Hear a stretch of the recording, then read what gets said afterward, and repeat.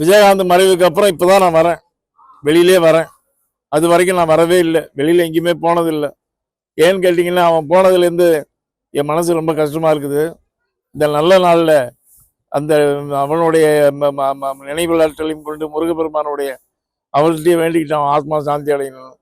ஆகவே எல்லா பயனும் பெற்று வளமோடு வாழ எல்லாம் அல்ல செந்திலாண்டவரை வேண்டுகிறேன். அவர் எந்த கட்சியோட கூட்டணி வைக்கிறாங்கன்னு பிரேமலதா அம்மா சிஸ்டர் பிரேமலதா எங்க கூட்டணி வைக்க போறாங்கன்னு தெரியல எனக்கு.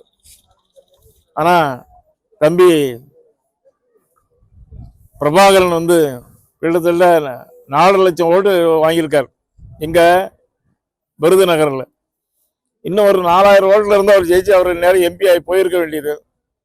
முருகன் வந்து விடமாட்டார், திருச்செந்தூர் முருகன் விடமாட்டார். மீண்டும் அவர்களை தேர்தலில் வெற்றி பெற்று ஒரு முக்கியமான பொறுப்பிலே தம்பி பிரபாகர் வருவார் என்ற நம்பிக்கை எனக்கு இருக்கிறது. சினித்துறை எப்படி இருக்குது உங்களுடைய துறையில? எப்படி இருக்குது? நல்லா இருக்கேன், ஃபர்ஸ்ட் கிளாஸா இருக்கேன். சின்ன சின்ன படங்கள்லாம் நல்லா ஓடுது.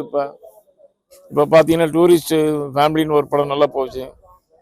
அந்த அப்புறம் எல்லாம் படம் ட்ராகனா நல்லா போகுது. இன்னைக்கு என் பையன் 6ஆம் மலைன்னு ஒரு படம் ரிலீஸ் பண்ணியிருக்காரு, பாருங்க, சூப்பராக வந்திருக்கு. ராஜேந்தர் ஒரு பாட்டு பாடியிருக்கான், அவன் என் கிளாஸ்மேட், அவன் டி ராஜேந்தர். கூப்பிட்ட உடனே ரொம்ப நாளைக்கு அப்புறம் கூலிக்கு அப்புறம் நான் பாட வரண்டான்னு சொல்லி பாடியிருக்கான். இந்த படம் பாட்டு வந்து என்ன கேளுங்க, சூப்பராக இருக்கு அந்த பாட்டு. அது மாதிரி சின்மயை ஒரு பாட்டு பாடியிருக்காங்க, அருமையாக இருக்குது.